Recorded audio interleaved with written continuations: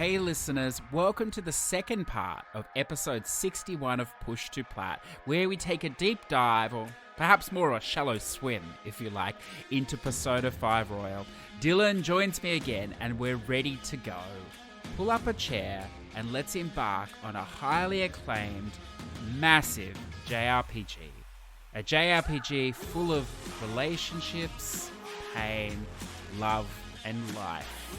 As the game reminds us, take your time. Sit back, relax, and enjoy.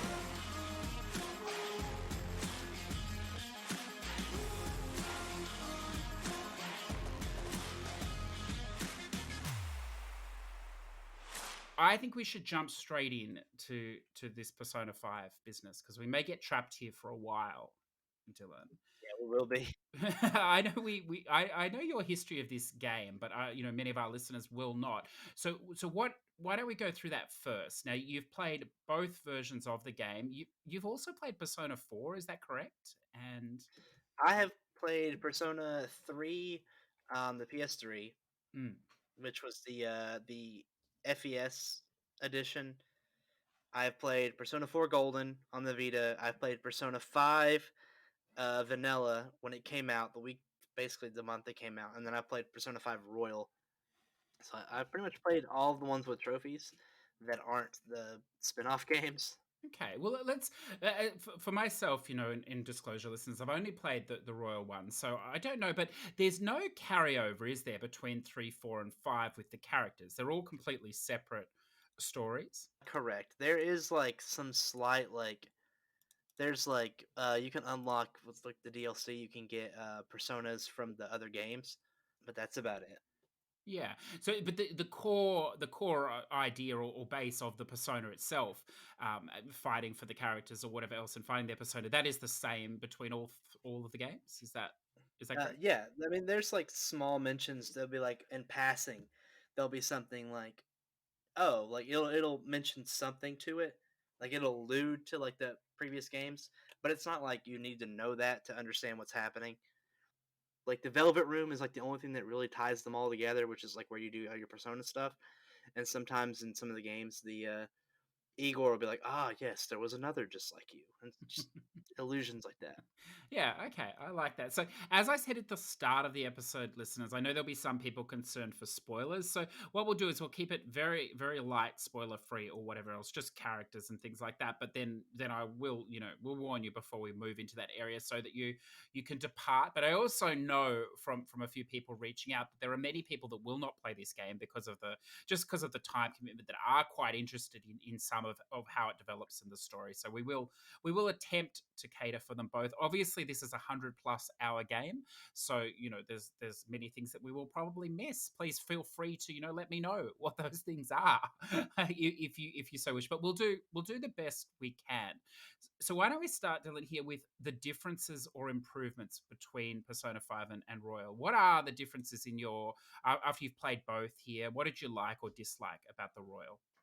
There is, I mean, obviously the additional story beats are very. I enjoyed those a lot, and it's not just like a lot of games that are like, oh, we added new stuff. They just tack it to the end, but they've Mm. interwoven enough new stuff that if you just fast forward to the game that you've already think you've played, you're gonna miss a lot of cool stuff. They've added new like activities to do with your friends after work or after school, I should say. Like you can now play darts, you can play pool, you can go to a jazz club. They've rearranged and like rebalanced the personas, so there's not just like, I mean, there's still full broken sets that you can make, but there's not like broken sets that you can easily do. Like you actually have to think about how you want to do stuff. They've added two new arcana, so they had to add and subtract new and existing personas. They've changed up some. They changed every single boss battle from the original one. They've added something new to each boss battle. Sorta, yeah. No, they've added something new. Okay. With that in mind, then, having played both, would you recommend now someone starting with the first one, or do you think it's fine just to go straight to the Royal? I think it's fine to go straight into Royal. Yeah, yeah. I mean, I didn't. It's interesting you say that because I didn't obviously consider balancing and things, and I had no idea the boss fights changed or whatever else. But it definitely from someone that had never played had played 5 minutes of the first one. I definitely didn't feel like I was missing out, if anything. And I mean, the game is so long, as we'll get into in the third semester being added, that Hmm. it doesn't really matter. One of the things that I liked, I mean, maybe this doesn't concern you because it's a trifle, I suppose, but with the Royal, it did come with all those DLC costumes as well. Now, maybe you get those anyway when you play five naturally. I'm not sure, but I like stuff like that, being able to change the character's appearance in the metaverse as you played. Yeah, I liked. I see when I played the game, they didn't have the DLC. Like maybe they didn't have Oh, the okay. DLC when I played. I'm trying to remember it because I remember I played at launch, so I think all the DLC and bundles came out later, or maybe they were coming out as I finished it, and I didn't want to spend $20 for like, oh, now they're in their swimsuits. I don't really care. Funny you mention that because as soon as I realized I had that, because I started playing maybe the first 30 hours and then didn't realize you could download them off the store. So I did, and there's a range of things or whatever. But the swimsuits, of course, were what I chose as well. And the maid's outfit for Morgana, which is just fantastic. I mean, it's totally inappropriate in the situation and very impractical as well, but for them. Yeah, I didn't realize that like playing the game, like if you switch all the characters' costumes to like a costume that like they all share the same costume, like if you change them all to have Mm. the Catherine costume, the Catherine victory music plays instead of the traditional music when you beat a level. Oh, I didn't know that. That is cool. Yeah, that would have broken it up because it got a bit much for me after a while, that music. But Yeah. okay. Interesting. Interesting. Now, before we get into the game, one of the other things. Now, I didn't know this would happen. Starting the game, in fact, I think there's a bit of a delay on Sony's end or whoever organizes this, so they sort of came. Later after I'd finished the different palaces, and in fact, I just got an email the other day with the last lot of them. But this cool feature of giving you wallpapers as you finish the key palaces in the game. So something that Sony hasn't done often, maybe with God of War Horizon, a few other games, Bloodborne, I believe, as well. I thought that was a nice touch. Did you get those when you played? Or No. oh, Nope, I never get them. I'm so mad. it's not a worldwide thing, or No, it's a worldwide thing. It's just I never get them. It's oh, so frustrating to not get them. yeah, yeah. Oh, okay. We won't dwell on that I then. don't get I don't get any promotional emails from Sony, even though I've called them, I've talked to people through chat, and they've all assured me that I my box is checked saying they wish to receive promotional emails. Yeah, I yeah. don't even know the last time I got one. Okay, okay. Well, that's obviously a tender point, so we'll be careful. But look, they It are. makes me a little upset, yeah. I mean, I gotta talk to chat support, and they'll probably send me all of them. Yeah, yeah. Well, the funny thing is when I got them, I was like, "Oh, I'll just deal with that later." And I was like, "I wonder what the expiry date is. It's like 2030 or something." So I assume they just said them. It must all be auto triggered or something now. I have no idea how it works, but it's a nice touch, and they are quite. I mean, I'm not going to use them, but they are quite high, production value. They look good and stuff. So yeah, it's definitely worth inquiring there. And it is a nice little reward because it is a long game. I mean, especially for the trophies too, because I mean, maybe we'll talk slightly on that because some of the trophies are front loaded, then some are not. But with the trophies, now I already know the answer to this too, but I'm going to leave you to explain here. How is Royale so much better or so much easier, I should say, than Persona 5? Well, Persona 5, some of the trophies are a bit I mean, they're the same as, like, Persona 4 in the fact that, like, Persona 4, you have to complete the compendium, you have to hear, a certain set of dialogue from a character. Like, you have like, your, navigator, that's the word I'm looking for. Your navigator Yeah. has to give you, 250 unique dialogues, which is the bane of everyone's existence in both Persona 4 and 5, which understandably, because it fucking sucks. So you have to, like, do things like basically hit a weakness with every character, and you just have to do a bunch of dumb shit that shouldn't really matter in a game. Like, you have to be like, "Oh, you have to be downed." You don't wanna get downed because the enemy gets to hit you again, you could easily die. And the one thing I don't like about Persona 4 and 5 is that if your main character goes down, you lose the battle. It's very frustrating. Oh, I see what you're saying. Yeah. Yeah. Okay. That's interesting. I didn't realize there was that. I mean, one of the advantages that I found, and again, I'm not. You can correct me if I'm wrong here, but I believe in the royal one, there's many things you only have to do once, whereas in the base game for the Oh trophy, yes, yeah, there's a lot of repetition there. So I mean, if for no other reason. yeah, And I mean, as we were talking before, it was one. It's a game that I put off playing because I didn't want to use a guide the whole way through. And this version, I really don't think you. I mean, you can look at the cursory look at the guide before you start, of course, but you really don't have to stress over it at all. It's quite straightforward. Maybe towards the end. I mean, there's still text lines that trigger endings and things like that. I believe that's correct, isn't it? yeah. That's the. I mean, it's pretty obvious of what you're doing. Yeah. Like if you say like, oh, if they're like turn your friends in, you're like, okay, and then you're gonna get the bad ending. But I mean, I don't know. It's not that. It's kind of like there is only like one or two that you're like, okay, I don't really get it, but all right. I thought we could move on to just the time management then in Persona 5, looking more at the Royal one then. So one of the concerns for me is that I always avoid games that are time gated in such a manner that you only have so much time to do a certain action. And I mean, this game is that's the premise of this game, I suppose. Yeah, But that's the whole game. Yeah, yeah, but one thing, having gone into it, this game is I was scared that there wouldn't be enough time, and so I raced things like developing all the skills. I did that very early on at the expense of the confidence, leveling them. But it didn't really matter because one thing I realized, like I had basically everything done before the new content, is just how much time you really have to do everything. It's not pressured in this version at all, is it? no, you have the problem with the getting like so there's a trophy call for maxing all the confidants in the vanilla game, which doesn't exist in Hmm. Royal. Thank God, because there's a character introduced so late in the game, Haru. She's introduced right before the last palace, and you're supposed to go from level 1 to level 10 in less than like a month and a half. And I was like, no, no, no, no, no, no, no, no, no. And that's like a big contention point with a lot of people is that they did her dirty in that regard. And I mean, I agree with that. They did her wrong that way, but that's just the game. And they do a lot of confidence like that. Like obviously, like the ones you get first, you're probably going to finish up first. Like say like Ryuji's persona, which I think is the first one you get or the second one you get.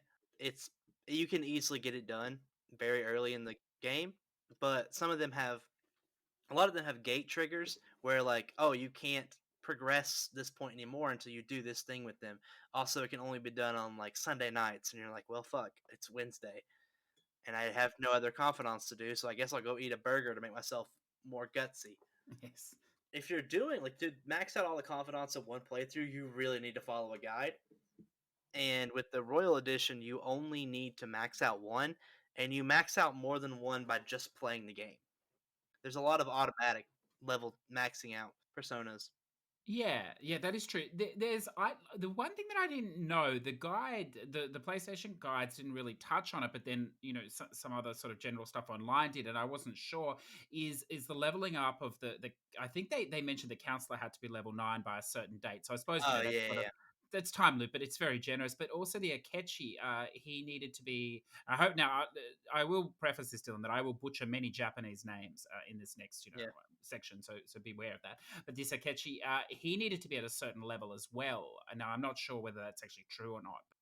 If you want to see, so their personas, if you get them to level 10, it's an added bonus to Mm, getting them up high. Is that their personas evolve and they gain like each one's has an elemental weakness, and typically when they evolve or their true personas awaken, they gain the ability to evade that, which is like a 60% chance, I think, to dodge the weakness, which is a good incentive to want to surpass that so you don't get one shot at all the time.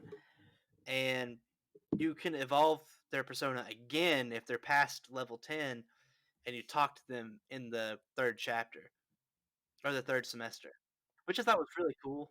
The only reason you want to get him to level 10 is to have it evolve and then evolve again.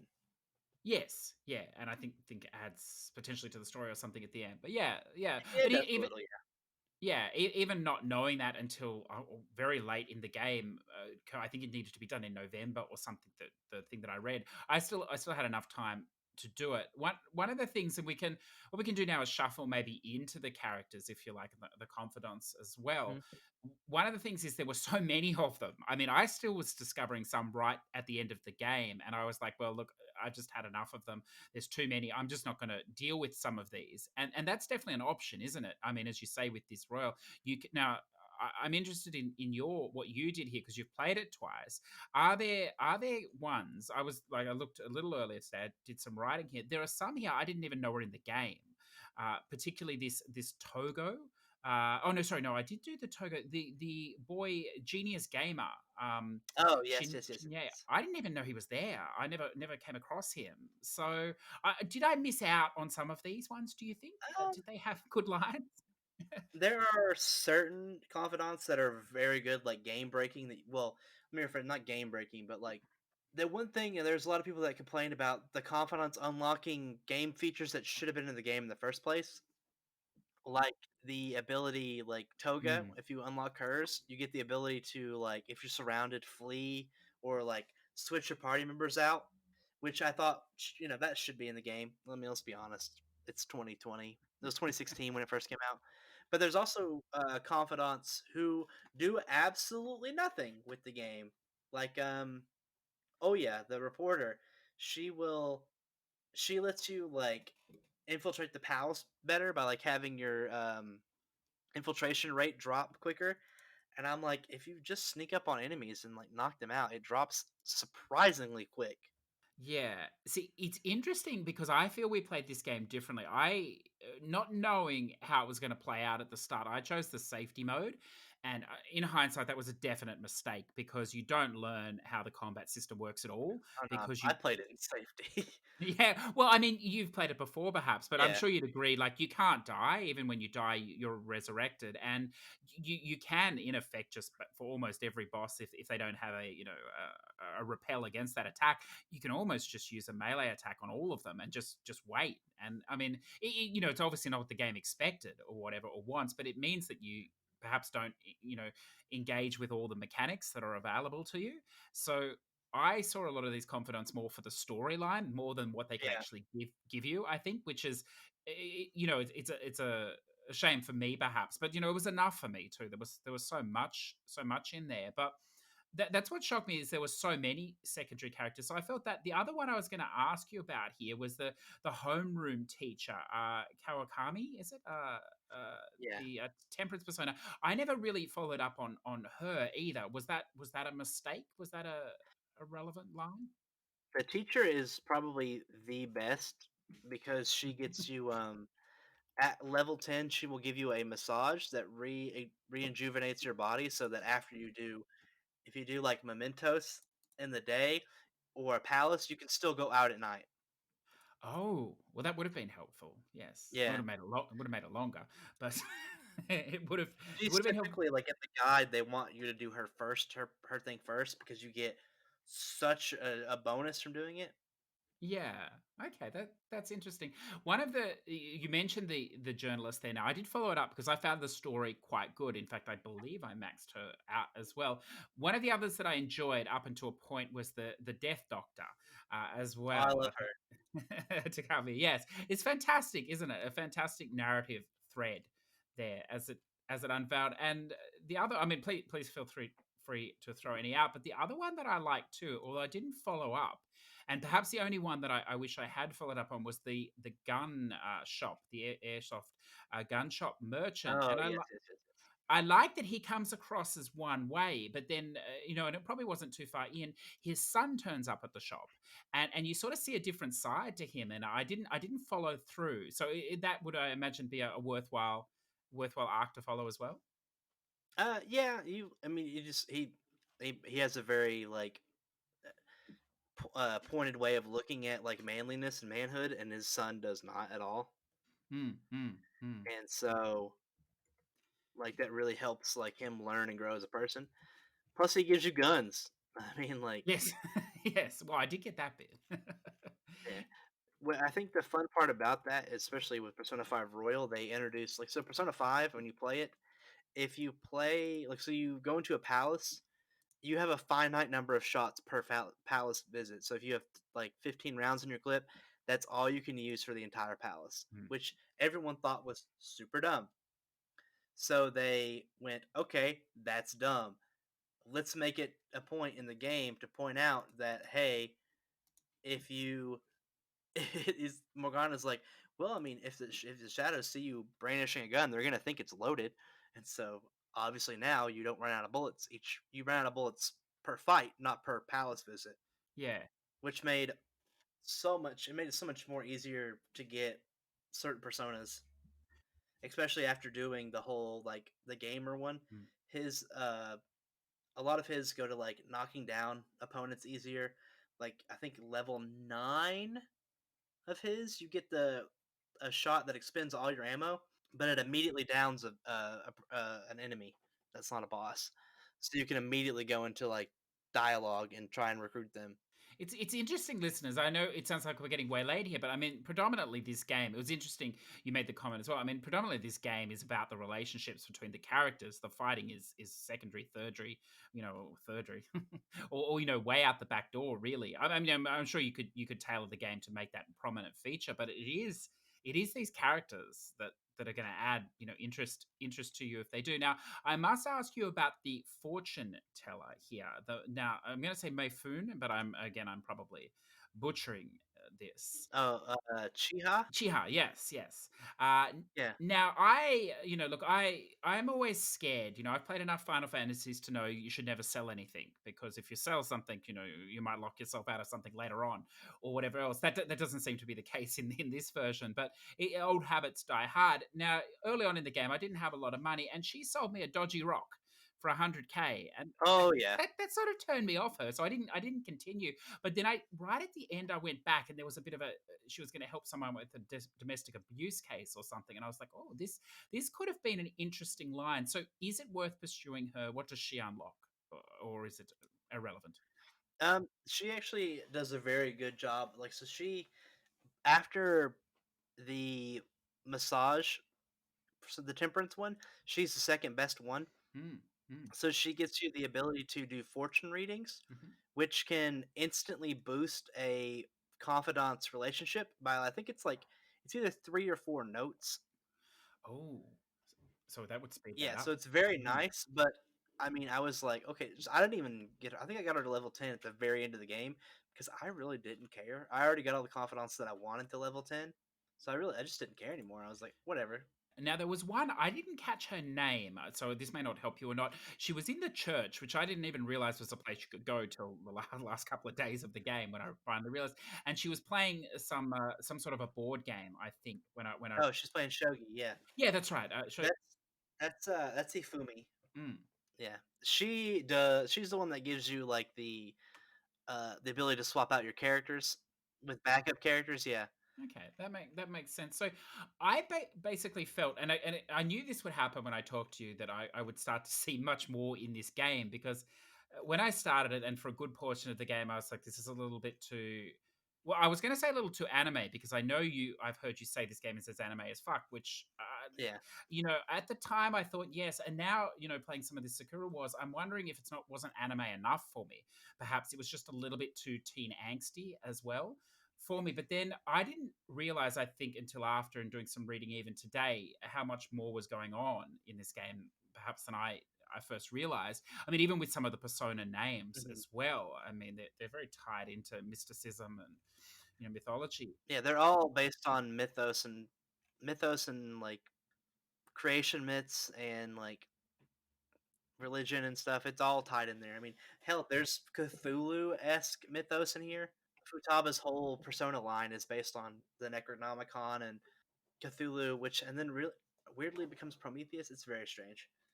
Yes, yeah, yeah. No, there's a lot of depth there. So those characters that we touched on there, I sort of felt were more for me, story filler Yeah. characters, as I said, because I was playing on safety. I wasn't looking at the unlocks per se.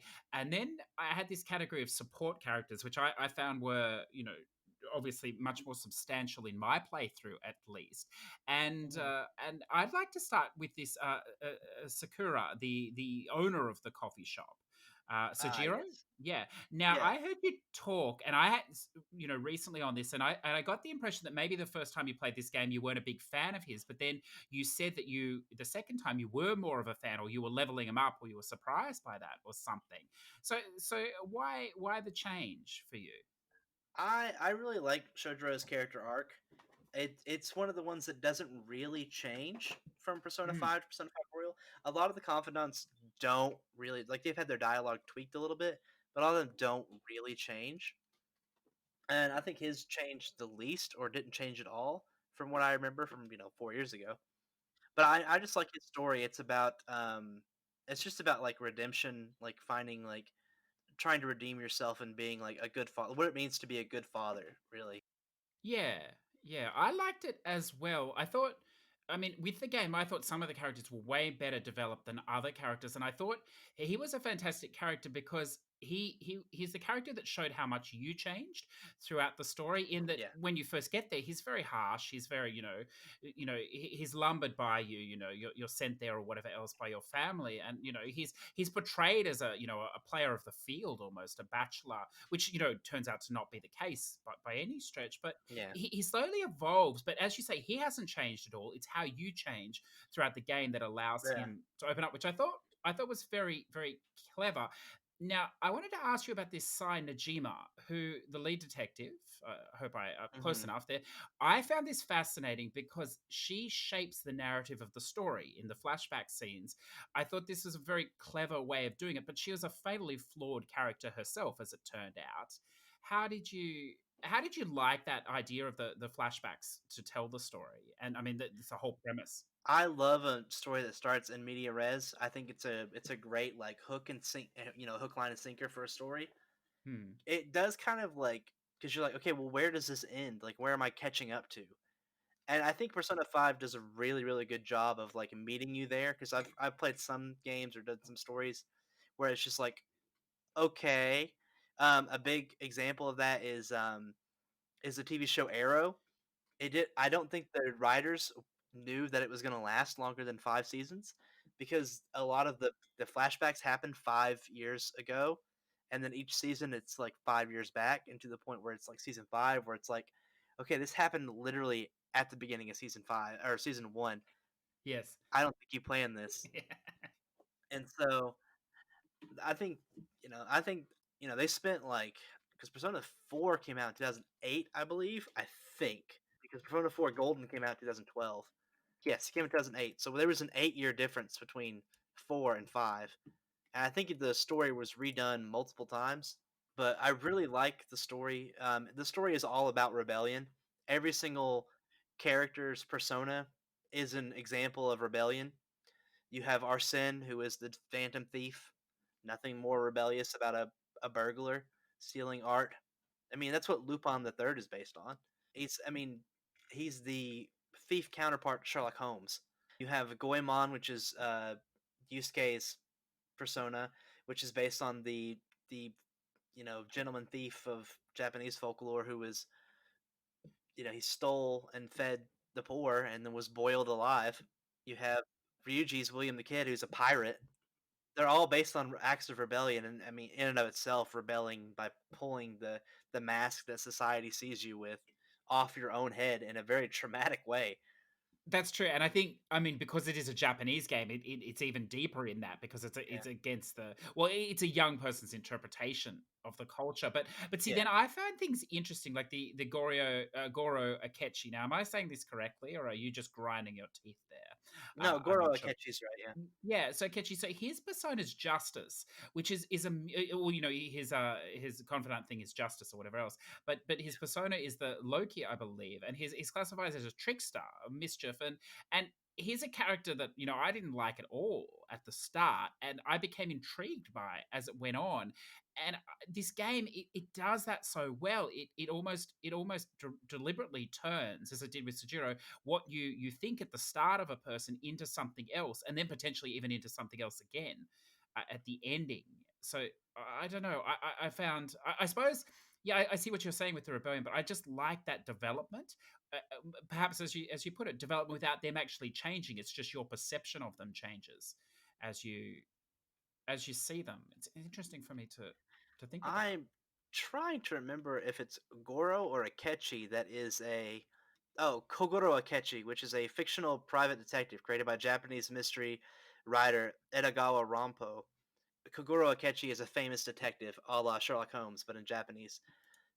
So it's an allusion to that. Yeah, that's his name, and so like that's why he's a detective. I mean, in Persona 4, there's also a detective that is like you're like hmm. So I mean, it's kind of been done before, but I still like Akechi's. The whole like he got tripped up by one word. Yes. That's how he's found out. That's right. That's right. Yeah, which in itself is shown, way later in the story. That's right. That Yeah. trickster Morgana. Yes, you can't trust him at all. So that's interesting. We'll obviously we'll save Maruki for the very end. I think otherwise it just it Mhm. creates too many issues for people that are trying to remain spoilers free. We should touch on the main characters. Of course, you spoke of Ryuji. Now, obviously, you Mhm. can romance a character in this game that is for a trophy and also, a requirement, I suppose, of the game. In effect, there are, choices here. What was your choice? Was it the same both times you played? The first time I played it, I went with who did I go with first time I played? I think the first time I think the first time I played I went with Futaba. The second time was Makoto, and then this time I went with Kasumi. Excellent. So you missed the obvious choice, the choice they were pushing you to the whole game. I like that. So, Yeah, on. Yeah. yes, yes. Yeah, I mean, they I present. did on just to get the trophy and then backed out and then redid the day. Yeah, yeah. It's definitely the one they were pushing the hardest. Because I knew Kasumi's doesn't happen till after Christmas and On's happens in like June. And I was like, well, I want to get this trophy now. Yeah, yeah, yeah. I can understand that. When the funny thing is, obviously, playing some Japanese games or whatever, the degree of how the romancing affects the game later on varies. To Mhm. from absolutely nothing in some games This to one's nothing. yes, to substantial. Yeah, it's sort of cutscenes, isn't it? That's how it varies it. But the Yeah. game itself, it doesn't change too much. One of the things here that I found interesting is like there are a few main characters, and I'm interested here too, whether you mix your party, because obviously before you enter a palace or mementos, you can choose who your core party will be. Did you have a preferred lineup? Were there characters you avoided? How did you, or did you mix it up? I I know in the first game, the first time I played it on normal Hmm. because I have played a Shin Megami Tensei game before, and you do not play that game on hard unless you really hate yourself because the game's just straight up cheats half the time. Yeah. And Yes. so in that version, I was like, okay, and I switched my party up. This one, I was like, okay, the party at the beginning of the game is Joker, Morgana, On, and Ryuji. That's the whole team I'm playing the rest of the game as. And then I would occasionally swap in a character. Like when you get to play with the Ketchy, I swapped him in because he's super strong. He really is. Yeah, yeah. I did exactly the same. I had Kazami a little bit in at one point. That was towards the end of the game as well. What I found some of the characters didn't interest me, and again that's personal preference. Like the Yusuke, I didn't. I enjoyed the palace, but I didn't the character. He's very cold and very much like that kind of stereotype. The cold artist that doesn't understand human feelings, and that's why they paint. Yeah, yeah, that's right. And look, to be honest with you, I don't even think I did any of his social things either. It didn't interest me at all. So it probably developed interestingly enough, but not for me. And also Haru, hopefully saying that Akamura. Again, I didn't like that palace hugely either. So maybe that reflected on it, but I didn't. That palace is terrible. Yeah, I think I let it carry my feeling at the character as well. So I didn't really follow. I also think she's introduced way too late for Yeah. you to care at that point because it's at that point it's like what November in the game, Yes. and Yeah. then the base game ends in December. So Yeah, yeah, yeah. Now, I do want to come back. We'll come back briefly to Kasame towards the end as well, because there's something weird going on that I didn't get at all at the time. So you can fill me in on what the hell was going on there, perhaps later. I did like you mentioned Futaba as well. I thought that was great. I thought the palace for her was great as well. I think there's a lot of social comment in this game as well. I mean, they know gamers are going to play it. It's also a long game, so they know the sort of gamer that's playing it, and to have a character that's unashamedly a hermit and a shut in, as she even calls controls herself as shut in. I think it's very interesting, Yeah. and I think it empowers it. I mean, this game empowers a lot of things. Now, I want to go down a line here that yes, it's a selfish line, but it's a line that interests me, especially because it's a Japanese game and it does have romance. You can only romance the female characters in this game, which I think Yeah, I think that's a little dumb. yeah, I really do think it's a flaw, and it shuts in because I would have chosen Mishima. Definitely, I found him the most interesting character that wasn't a main party character or whatever else. Yeah. And his sign, and I thought it's unusual because many Japanese games that's not an issue at all. And I don't know if you remember, but there's a scene at the beach where it's almost, I don't want to say it's homophobic, so we've got to be very careful here, but there's almost airs of that where these two, outwardly gay guys, hit on Ryuji or whatever else, and it's a very awkward scene. And I don't know. You perhaps don't remember this scene. It's in a mixture, early, maybe between the first. Oh no, it happens a few times in Ryuji's like Yeah. and it's just Ryuji's character is he's the best boy, and everyone knows it, and including the two flamboyant characters that show up to be kind of a sight gag, a recurring sight gag. It's also like if like homophobia, like not homosexuality isn't like as acceptable as popular culture in Japan makes it out to be, from what I've learned. And so that could be just that. It could also just be like if you're a kid trying hard to like, get laid for the first time in school and then like these older men come up to you and like flirt with you, you're going to be a little weirded out. No, look, I totally agree, and I don't think it's an Yeah. issue that it's not in there. I thought it was just an interesting choice that it's not when some of the characters almost feel like they might be identifying that way. But Yeah. again, that could be projection as well. So that was an interesting thing, but not overly marring it. Yeah, it is very interesting to say that because Persona 4 there's a character who oh my god, what is his name? I'll think of it eventually. He's the tough guy character, kind of he's got blonde hair, which is a sign of rebellion in Japan to dye your hair blonde, and he's like a big tough guy, but his hobbies include like making cute stuffed animals and like he likes cute shit, but he doesn't like his whole like character arc is like learning to accept that that's part of his hobbies and stuff. And there's also a character who is very self-conscious about her own body, so she decides to dress up as a man and pose as a man while she solves murder crimes, and getting her to open up and accept, that she can be a woman in that field and being who she is. To go from that to be like a homophobic-ish gay joke towards one of your main characters is kind of like a abrupt 180, but Yeah, I mean, there's a lot of things bubbling underneath with the Japanese culture. I mean, even I feel one of the reasons that Sainajima is so flawed as a character and can so successfully pull off the arc that she goes on to pull off is the fact that she is a female in a male dominated profession of police. Police Mhm. detectives, and that does lead to it. So there is plenty of social comment there if you want to engage with it. Of course, it's very easy to miss as well if you don't. But let's shift across briefly to the Velvet Room.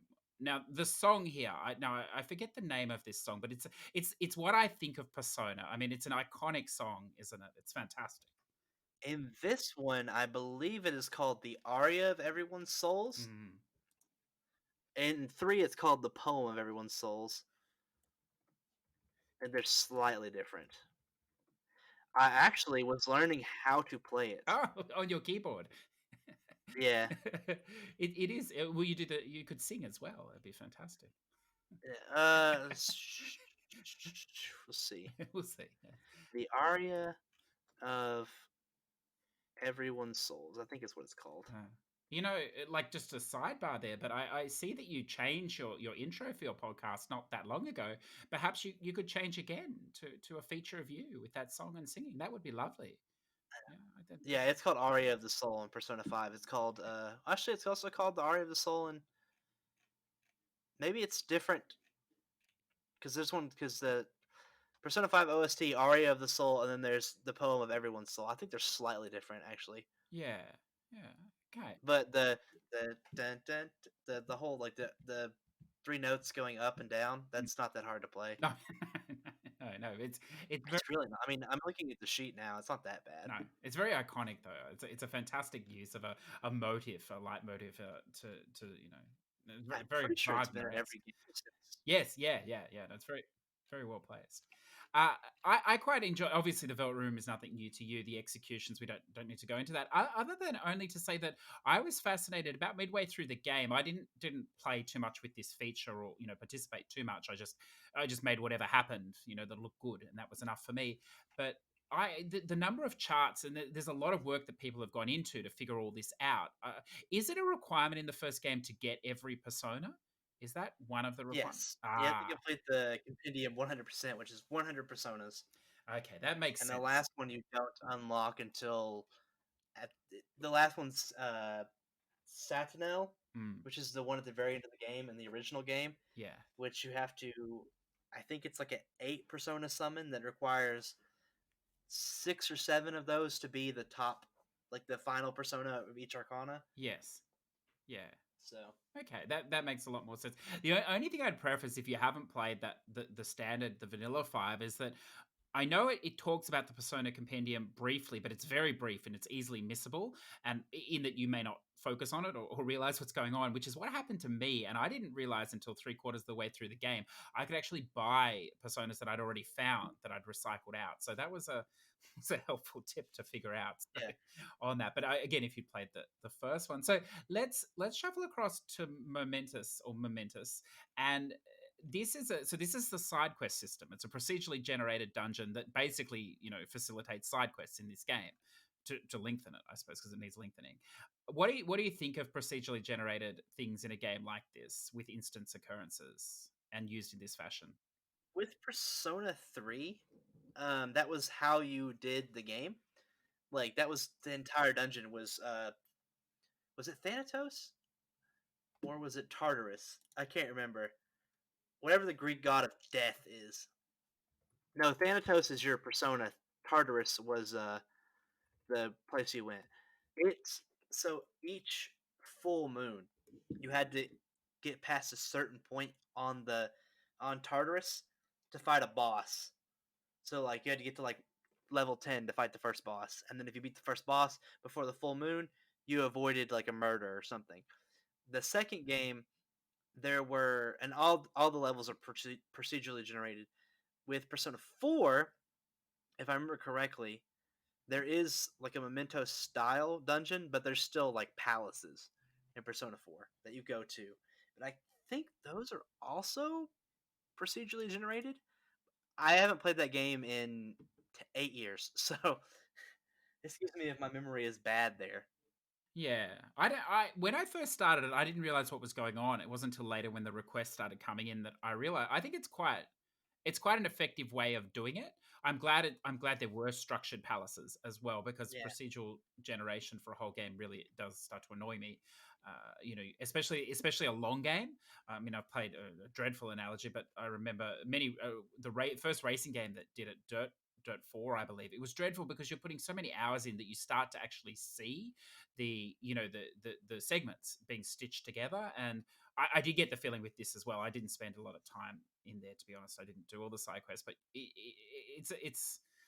it's not advanced procedural generation, put it that way. So the repetition comes in, but I mean it serves its purpose definitely, and in a unique way. I mean they have to get side quests in there somewhere. So yeah, it's good. It's good. Let's yeah. shuffle across to the palaces then. So listeners, now if you're trying to avoid any sort of spoilers, I suppose now is the time you might have to start to consider that.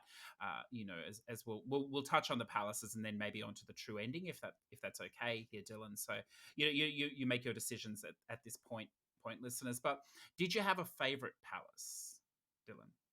I think the game starts really strong with Konoshida's palace Hmm. and does a really, really good job introducing you to palaces, and then it slowly starts to slip. So I Yeah. think the first palace is very good. Yes. I think the second palace is also pretty good. Mhm. I think the third palace, Futabas. Once it gets past, like I think the palaces are good until you hit Futabas, and then I think that they start to slip really quickly. Yes. So like the worst palace is the Spaceport Palace, the Okamura one. It's so bad. It's just terrible. The casino I think is better. Do you dislike the spaceport palace predominantly because of that the shooting like it was almost like a mini game trying to direct yourself through that maze of hatches, air hatches and stuff like that? Is that was that the predominant thing you disliked or That and just the kind of just like the annoying like, oh, you got to find a person that's got the pass code, and I'm just like, okay, why? I don't. I mean, I get it, but it's also very annoying. yeah, yeah. And then what were you going to say about the casino palace? That interests me. The Casino Palace I think is a little better. The last palace I really enjoyed, but that's probably because it's extra story stuff, and I really enjoyed that. But the I really don't like the. I think the boat cruise palace is terrible. I think it's terrible. She does, yeah, yeah. That's interesting. It's very bad. The thing that I couldn't get over, because it is a JRPG and you had a casino in here, admittedly, it's a palace, and one of the requirements was to earn, a certain number of credits to move to the next level. And I understand the mechanic, like I thought it was a little bit lame, the game being rigged, especially when you did the same thing three times or three different Hmm. levels. But I couldn't, this was the perfect opening for me in a JRPG to have a real casino, to have like, I mean, every other JRPG does have maybe relax it and you could actually play a little blackjack or you could play a little three card poker or something and just have that actually allowed the game to play. I thought that was a missed opportunity. I mean, we talked earlier about Dragon's Quest 11. I don't know if you spent much time in the casino more than you needed to, but I spent way too much time in that thing playing the three card poker, and I love that sort of thing. So I was looking forward to that, and when I found that it was so artificially shortened Yeah, to the story, it disappointed me, I think. yeah. I played enough to get those stupid 10 whatever they were in in Mm. Dragon Quest 11, and I was like, I'm so done with this casino. Yeah, like I mean, it appeals. I mean, like appeals to different people, like different things, of course. But I just thought that was it was an interesting choice because it was a very good, clever design for a pal. The concept for Mhm. Najima, but to make that so artificial, it felt artificial to me. I'm not sure. Yeah, okay, that's interesting. I really like the museum palace as well. I don't know if you remember. There's a segment in there where you're moving in and out of the paintings. Thought Yeah, that was good. It's very very clever, as well. So look, why don't we? Unless this is anything that we really want to touch on there, why don't we move towards the final palace and the true ending if we can, if you're okay yeah, with yeah. this, I'm good. and Maruki. So we haven't talked about him or whatever else. He's the counselor for 90% of the game, 80% of the game, and then he evolves, I suppose you could say, or develops. What did you think of him as a character? I think he's tragic. I think he's truly tragic in the sense that Hmm. he just wants to do what he thinks is best, and he's not malicious in any way. He Hmm. genuinely thinks he's helping people by letting them get their deepest desires, Yes. which I understand. Like you just want people to be happy, and if by them being happy means they're kind of brainwashed into this fake reality and never facing reality, I get that. But at the same time, like people have to. I mean, the whole thing with the game is you have to face reality, even if that reality is awful. Do you ever feel like I mean that's definitely the feeling that I got as well, and it's what the game pushes. But the game skirts the line very well with whether maybe he loses control and he does want the power that Kamoshida wanted in the first palace, and he did want the recognition, and he did want. Do you think he ever tips the scales to that point, or do you think he's always acting in the best interest of others as he sees it, as opposed to self interest? I mean, there is a little bit of self interest in wanting to fulfill everybody's desires and want to be liked that I got from that. But I think he's genuinely just a tragic person that doesn't want what happened to his girlfriend at the time to happen to anybody else, where they can't. Their whole life has been uprooted by one simple accident, or that wants to change reality to bend to the reality that they want to see because it's less painful. He's all about making people less have less pain, and I understand that. Yeah, no, I do as well. I thought the mechanism of putting his story, his backstory into those video cassettes throughout that final palace 3 times. I thought that was very clever. Perhaps the only time in the game where I felt a driving urge to finish the palace in one go, or to get on to those things, to see his backstory with his girlfriend. Yeah. It was tragic. Mm. Yeah. His palace is kind of annoying because it's full of very, very strong, very annoying to fight enemies Oh yes. that are a pain in the ass because you have to fight them a certain way. Yes. Well, I mean that battle you have with him, which has got sort of 4 rounds or 4 stages. Mhm. I found the first 2 very challenging, and then it Oh eased yeah, up. And yeah, it's a good kick. And in fact, what it struck me as, for the first time in the game, I thought I could be in trouble here because I haven't been investigating some of the battle mechanics here. Maybe I'm gonna fuck myself out of this fight a little bit because I don't really know what I'm doing. But which is a good thing, I think. Well, it's an yeah. octopus as well, so how can it not be a good thing?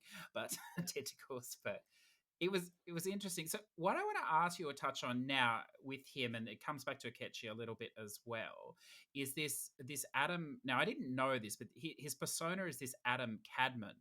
Now, are you sort of across this? Did you pick up on this, or do you hold relevance in this? His persona being like the first man, or I guess that's the mythos that I got. That's what I picked up on, just because that name Adam. It's very on the nose. Yeah, no, no, you're right. Yeah, you're exactly right. So I did. So I wasn't familiar with this Cadman, as Adam ever having a surname from Adam and Eve or whatever, the first man, and it stems from. Was why I found it interesting. So it stems from from the Kabbalah, which in itself is a mysticism, a school of thought, a fringe school of thought, perhaps in Judaism, in mysticism. But it defines Adam Cadman here as not the Adam we know as the physical representation of Adam and Eve, but rather, and I'm being careful here because I'm not interested in a religious Mhm. debate. But it defines Adam Cameron as the divine light without vessel, so without a physical form, and it's of pure potential. So it very much does sell this Maruki as so as a carrier of trying to create the new Eden, the perfect world. As you said, everyone is happy, and I thought that's something that I didn't pick up in the game until I read after to that level, and I thought, well, that's interesting. There's a lot there, but then they go through the fight or everything else, and then at the end he comes back in as a taxi driver. So what did you make of that? That one kind of threw me for a loop because I was like, okay, I get what they're kind of doing. Like he's changed, or this is like the new personality, and this is the new reality, and in his reality, he doesn't, you know, and the actual reality, because it's shown early that he has the ability to change reality for people way before like he's even a counselor. So when you fight him and you remove that ability, I guess you remove it completely. Maybe he never became a counselor, and he just became a taxi driver. But wouldn't make sense because you knew who he was. So I don't know. It's very confusing. It is confusing. Now I'm only going to make it worse here because as the well, maybe you have a succinct answer. I don't know, but then the other problem becomes this Akechi because he dies in the Shido Palace. Well, if you believe it, he Mhm, does. You don't know for sure, but that's definitely implied. Now he's back again with you. In the third semester, he's the lead with you or pushing it through, but if he is dead and we take the fact that Maruki, claims that he resurrected him or something, that lines to this effect, he doesn't exist outside of the metaverse. He's just a creation of there. Now that's supported by the fact that he disappears as well after the Maruki Palace is destroyed. mhm, Now, which is interesting. Maybe you know where I'm going with this here to the ending. Now, I found the ending was a little bit like whatever until I stopped and thought about it. You're on the train, you're leaving, and through the window you see a figure that looks like a catchy. You can't see his face. Is being carried away by 2 police officers. Technically, you mhm, believe it's in the real world because you've seen the taxi and you've got the train. But then in the reflection in the window, of course, is the Joker's, the trickster's metaverse outfit, despite the fact the Yeah. metaverse should no longer exist. So, what do you make of all this? Does Akechi survive? Does the metaverse still exist? Is it a dream? Is it all nostalgia? If I remember correctly, it's very similar in the original, like, good ending. I think the train with Joker's mask, the Flash, I think is in the original ending. Mhm. I mean, it's been really, really long time, Mm. so I'm good to actually see. Um, It's a wonderfully cryptic ending. yeah, that's how they all end, really. It really comes out of nowhere too, which is sort of, at the time when I finished it, I was like, I must have just imagined that or whatever. And then reading today, it's fascinating. So they did change it. So maybe because in the original ending, it's very, very unclear if Akechi. Actually, it's pretty clear that Akechi dies, and one of the new things they added is after you kill God, because it's a JRPG, you kill God at the end, and the two universes, the Mentos and the real world, kind of dissipate. Akechi kind of just wakes up and he's like, "What happened?" And then he takes the blame for everything, and that starts the thing where you're like, "Wait a minute, is this a dream?" It's one of the things that I hate the most about JRPGs is this amnesia thread, and it was it was nice that this game didn't really dwell on that or whatever. But then at the end, it is definitely an open possibility that it all's just like, did I forget this all sort of happened or whatever? So it's an interesting ending. It's a for a game that is so long. I don't know, but I suppose it's effective if we're still thinking of it today. It's also, I mean, it could be a prelude to Persona 5 Scramble, which is the direct sequel to this, which Yes, is yeah. exclusively in Japanese, and my Japanese is nowhere near good enough But to this sit there and is read it. I mean, this is a good segue to get us out of this. But this scramble, this is not like one of these 4-5 games, is it? Isn't this a Muso style game? It's From not. what I've heard, it's a combination of the Shin Megami Tensei and Muso. Like, there's Muso elements to it, but there's still like a core that is Persona. Okay, interesting, interesting. Well, look, Dylan, I've really enjoyed that. It's so lovely for me because I finished so few of these long games. It's so lovely for me to be able to talk to someone that has played in such depth this sort of game and has such a passion for it. Is there anything you'd like to touch on that we didn't touch on, or are you happy? I think I'm pretty good. I'm just looking over at my like Persona 5 shrine over here that's just got like Persona 5 Royal on it, all the collectors of stuff from it, which I was glad to get the Take Your Heart edition of Persona 5 when it came out. And then I got the I think it's just called the Phantom Mask edition, the one that came with the mask. And so that's just up on the shelf with the Morgana plush and the two CDs. The only thing, the music I think is, you hear the music everywhere. You're gonna hear it everywhere. Like if you watch a YouTube video, you're gonna hear Mm. the da da da da da da da da in the background. You're gonna hear that all the time. Beneath the Mask is such a good like underlying track. Very hard to play on piano as a beginner. Yes.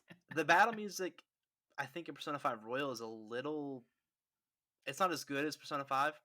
Probably because it doesn't have the hook, they didn't see it coming. Bow, bow. There's not that hook every 40 seconds. Also, doesn't start with da da da da da da da da da da da da da da.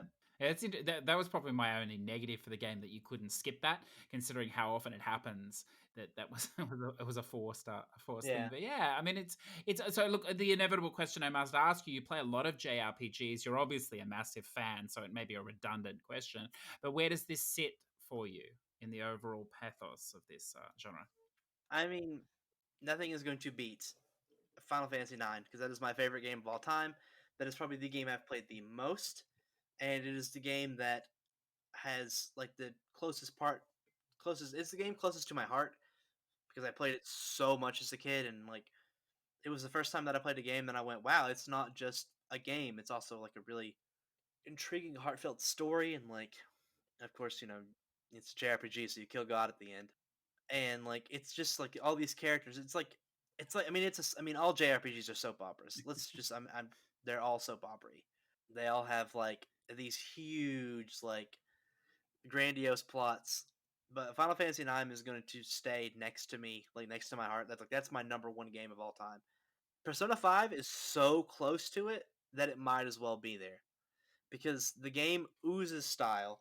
The game has a beautiful soundtrack. The story, maybe Persona 4 story is a little better, and I haven't played Persona 3 in probably at this point it'd be 9 years because I played it right before Skyrim, so maybe 9 or 10 years. But I mean, I haven't played that in that long, so I can't really tell you the story. But I've been like watching some Persona stuff a lot because of Persona 5 Royal, and I want to go back and play that. I'm hoping that also gets like a golden treatment or a royal treatment. But I really enjoy Persona 5 as a game and as a vehicle to push a story forward. Yeah, I mean it's a ringing endorsement, and I mean, listeners, for myself, and look, I'm not an overall fan of this, like a fanboy of this, I should say. So therefore, I don't, take that as you will. I think it's a game that you need to know that it's going to take you 100 to 120 hours when you start. I don't think it's a game that's worth starting unless you're prepared to commit for that time, and just and this is not a disservice to the game in any way, Dylan. I thought there are some very fantastic moments, but that is a lot of time, and I think that this game is perhaps not the best use of that time if you haven't played some other JRPGs like your Dragon's Quest 11, perhaps, and even your final. I'm going to drag on here. Your Final Fantasies 14, perhaps. I think it's really good if you're a JRPG lover. I'm just not sure how this sort of a game sits with somebody that's new to the genre. And look, I could be full wrong there, but it's a different sort of experience. I think the lack for me personally, I didn't know going in that it was going to be so visual novel heavy. And again, that's my own fault perhaps, but so light on the combat. Although you can make it in that style if you so wish. But if you're fine with all those things and you're there for a story, then I think perhaps it is definitely it's the most elaborate, but perhaps the best arching story I've played so far this year as well. So I agree with you, Dylan. I think it's really, really good. I don't think it's one of the best JRPGs that I've played, but as I said, no disservice to the game. I'm really glad that I did play it or whatever else. But I think it's a game that, we joked earlier about Zach being halfway through it or whatever. I think it's a game that if you are gonna commit to, you need to finish because it really doesn't come together until the end either. And I think you may feel cheated of your time if you don't get to the end. You may not see the full value of the overall experience. I hope that's not too harsh to say, Dylan. No, no, no, no, no. I think that's a good way to look at it. The way I see it, the game is weaving a tapestry that if you just look at someone who just starts, you're just like, what is that? And when you come to the end, you're like, oh shit. Like Yes. it's so well woven. I mean, not to say there's not any loose threads. There's plenty of things that I could sit here. I don't think it's the best game of all time, and then there's Hmm. plenty of things that I can critique it on. One of your main characters coming in the last 10 hours of the game, and you're Yeah. expecting to just go drop everything to do what they want to do. Some of the, I mean, it is teen angsty. As I was playing through Royal, I was like, okay, I see why a lot of people have issues with like being like these nasty adults, and I'm like, guys are like 15, like chill the fuck out. I get that, but I mean, it's still to me, it's very very fun. Oh, look, I totally agree. I think it's just the danger with these games are if you play a lot of JRPGs, it's probably less of an issue. But if you're not playing these, if you're playing a lot of standard RPGs, the level of gameplay versus the level of passive story can be quite high, and I think that can be a bit much perhaps for someone that doesn't know going in what's going to happen. And I think the fact that you do, as you said, it's a tapestry that doesn't come together till the end. You do have to commit to that time. So if you are halfway through it, I would definitely encourage you to finish if you've put that much time into it. But look, Dylan, I'm conscious, as I said, of the time, so I will wrap us up here. As I said, I do want to thank you for joining me. I know it seems to be like a 6 month thing now. It's a 6 month fling. Perhaps I get permission from either you or Zach to steal you for an afternoon or an evening, which look I really enjoy. And as you both know, I'm a huge fan of your show and listen each week. And I want to wish you the best as well on your continued content. And it's selfish of me to do that because as I said, I like to listen every Thursday. So thank you for joining me. And please let me spruik or let you spruik yourself a little bit. Where can the listeners find you and hear you? If you search Platcast on any like podcasting service, that's how you find us easily. You can follow us on Twitter. I'm at ChernobylNinja. We are Platcast Podcast, which is at Platcast, and then Zach's is at Zach Platinum, which is his YouTube show, or you can do at Zach James 77 to follow him. You can follow me at. You could find me literally anywhere on the internet at ChernobylNinja. And of course, you're an active presence on the Platcast Discord as well, which is a fantastic way to reach out to you and your communities. So as I said again, thank you so much for your time today, sir. Oh, thank you for having me. Push to Plat podcasts are conceived, written, and edited by CJ Anderson in Adobe Audition. YouTube upload handled by repurpose.io. Push to Plat would like to thank our Patreon producers Zador VP, Redbeard Rick, T-Bird, and Olcero. Without your support, this show would cease to exist. If you'd like to say hi, jump into the Discord in the show notes or on Twitter at Push2Plat. If you're interested in supporting the show, then jump on Patreon, the Push2Plat Patreon, where you can find more information on how to support us and allow us to continue bringing wonderful guests and topics from around the world.